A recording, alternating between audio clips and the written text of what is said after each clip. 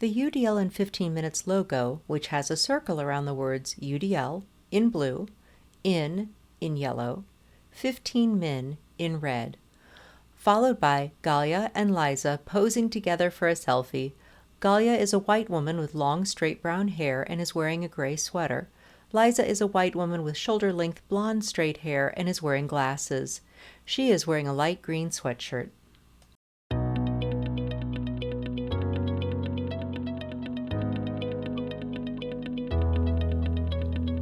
Hello, and welcome to UDL in 15 Minutes, where educators discuss their experiences with UDL. I'm Louie Lord Nelson, UDL author and leader.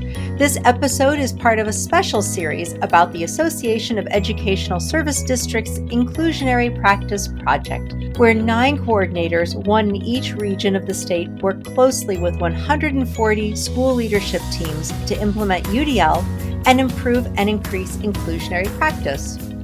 Today, I'm talking with Gahlya Auel, who is the Inclusionary Practices Coordinator with the Southwest Educational Service District, and Dr. Liza Sejkora from the Ocean Beach School District in Long Beach, Washington.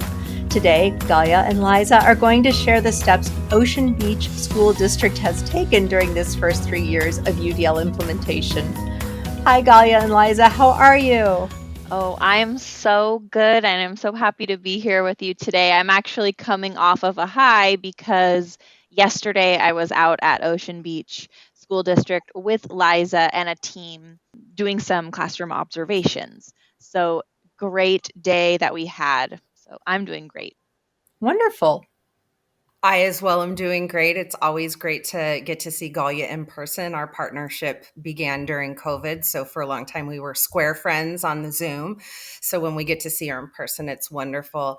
And just spending time with teacher leaders as they observed UDL in action, that's what we went looking for. And we found it. We found it. That's awesome.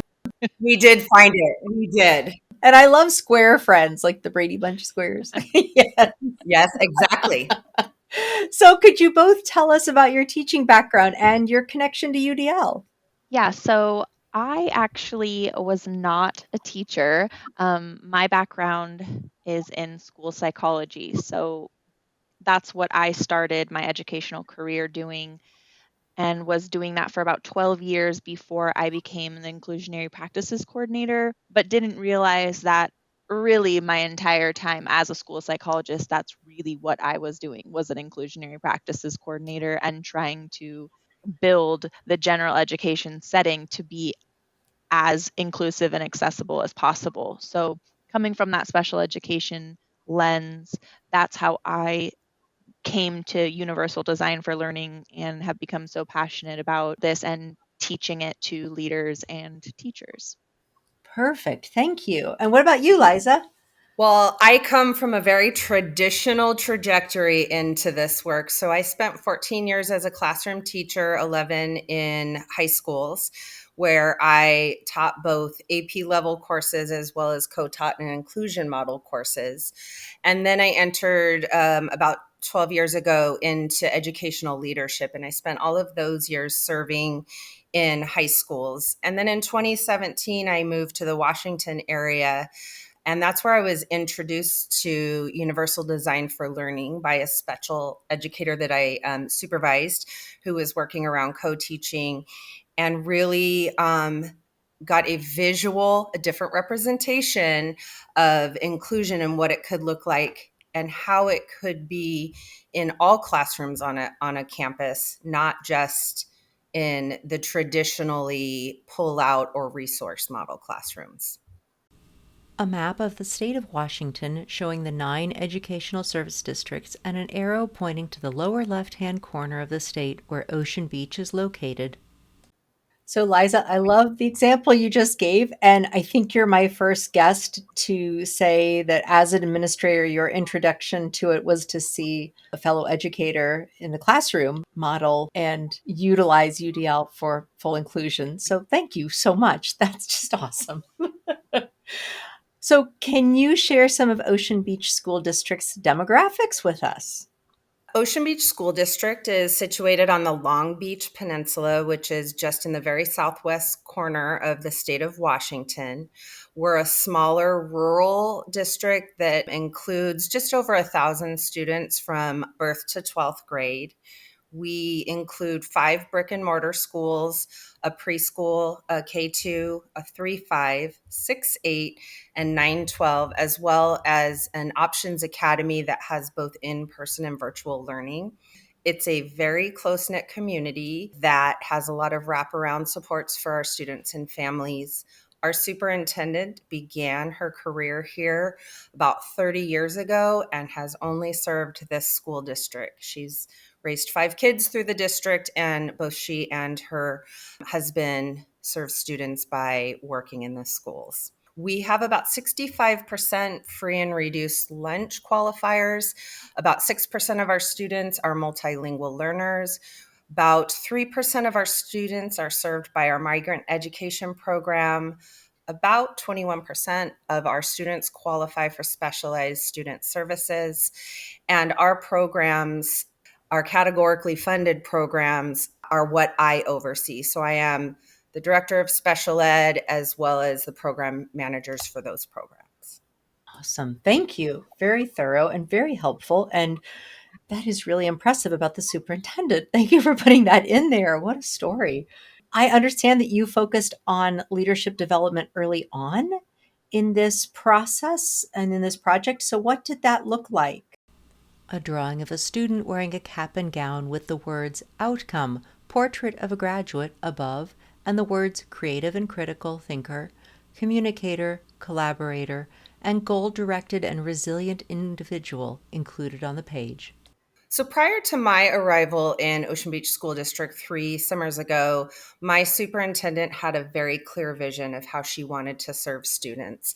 And so she implemented a multi-tiered systems of support team in every building. And then when I arrived, that was our theoretical learning year. So we worked with those teams, as well as that's when I met Gahlya through a ESD networking teaching and learning meeting. And she asked who wants to work to increase inclusionary practices. So we began partnering with her that year. Last year was more alignment of our district goals. Last year, we also, with our community stakeholders, partners, and students, got together and did a really extensive review of what we want a portrait of a student to look like. And so that has become part of the district's strategic plan, as well as an explicit expectation that we will have inclusive practices as part of that plan. This year, we're looking at fidelity and how do we ensure equity across our campuses and across the supports that kids receive. On my end, what we did was we started an administrative PLC. So that includes the superintendent, Liza, as the director of student support services, as well as all of the principals in the district. And so that admin PLC was really trying to establish the principals as the lead learners coming together to be a part of the work and not only lead the work.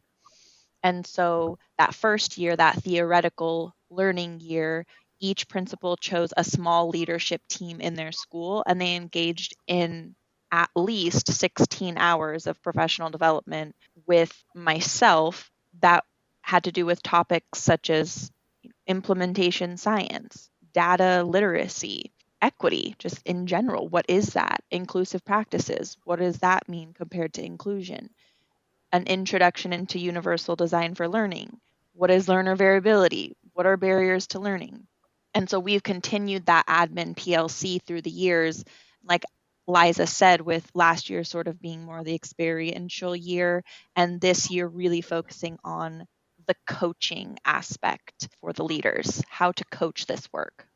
I love that the project was so well defined that to have the 16 hours of the PD, and I know that there was huge amounts of flexibility within it and what it ended up being because of COVID, but to give that time and so you could introduce these topics and just start wading into them, it was beautiful. So in what ways were the leadership then coached to support staff?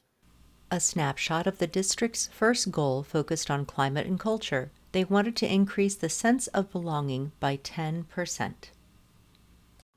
So this is really what continues on today and remains kind of the current focus of that admin PLC.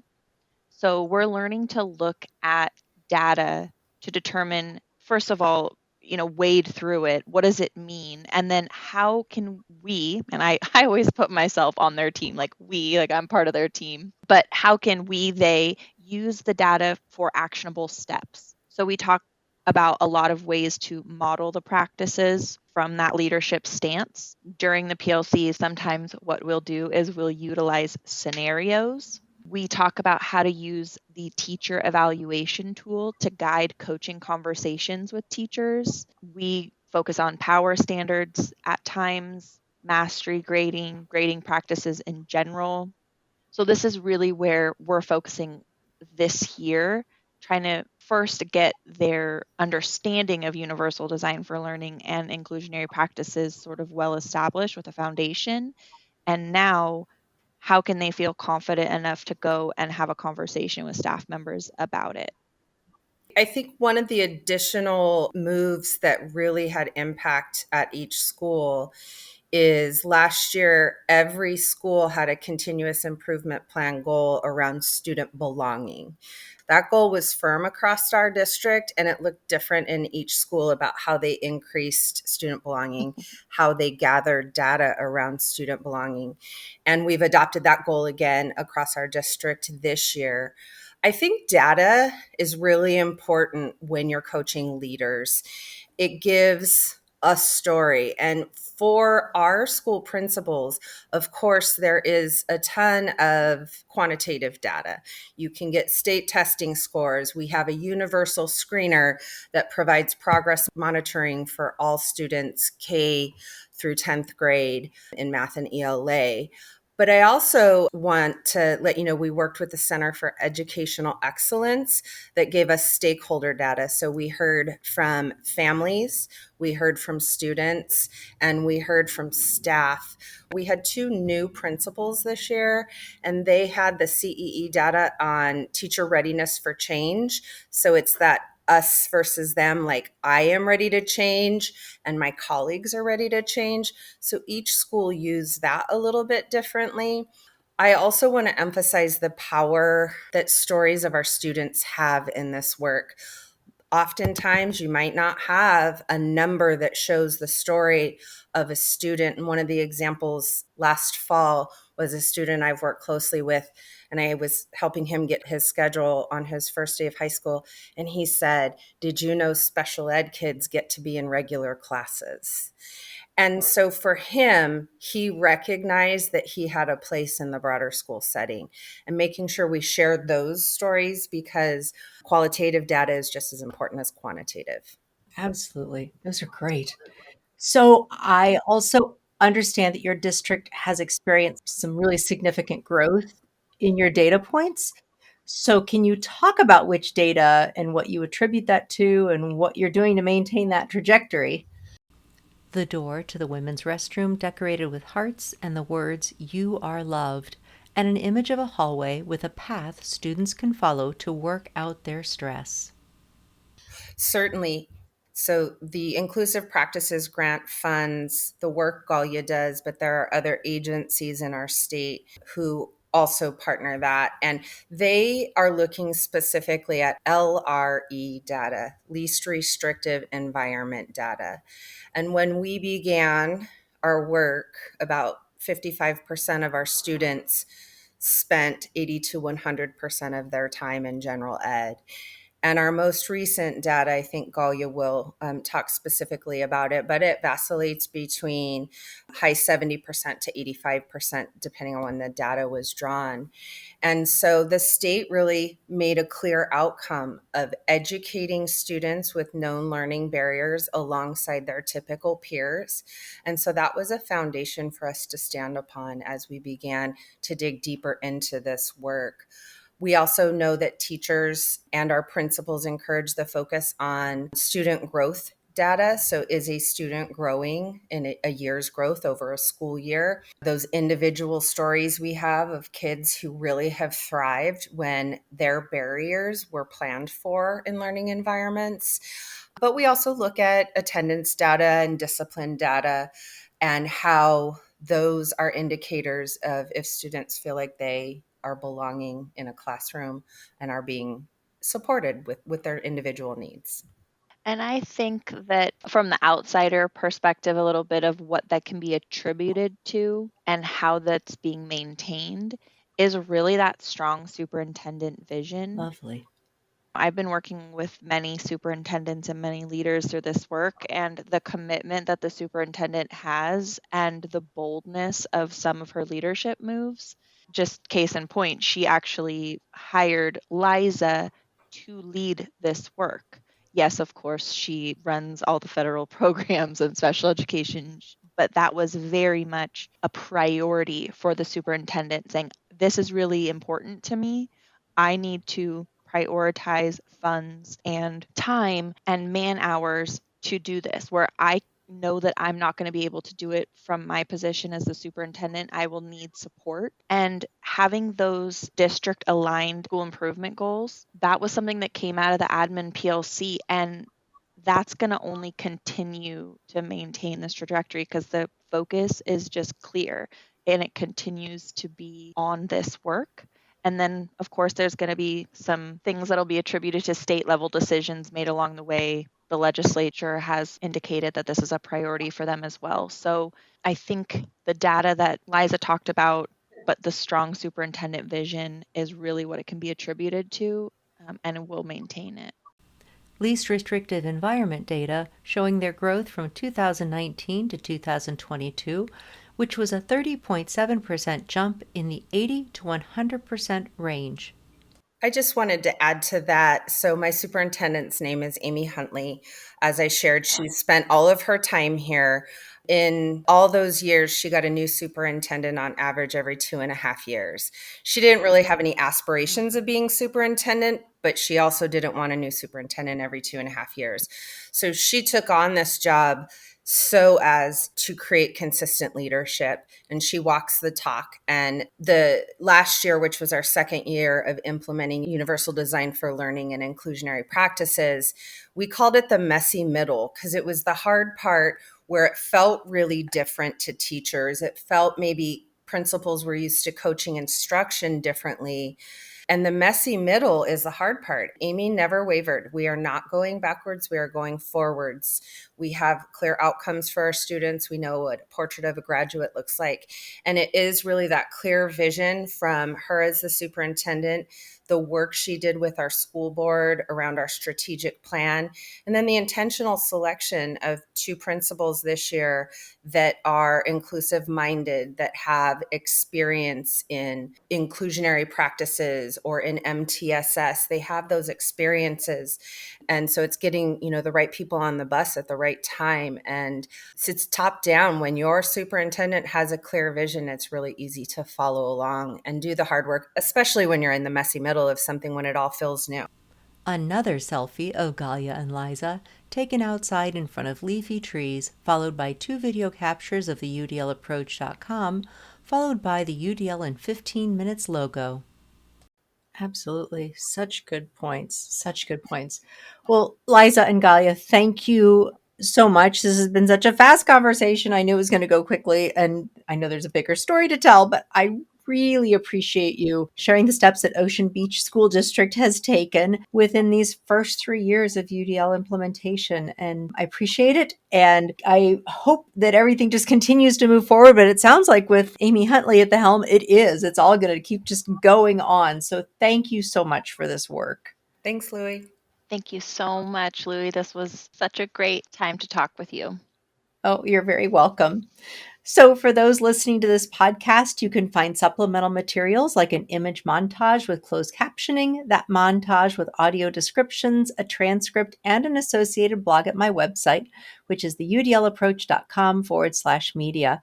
And finally, if you have a story to share about UDL implementation for UDL in 15 minutes, you can contact me through the udlapproach.com. And thanks to everyone for your work in revolutionizing education for UDL and making it our goal to develop expert learners.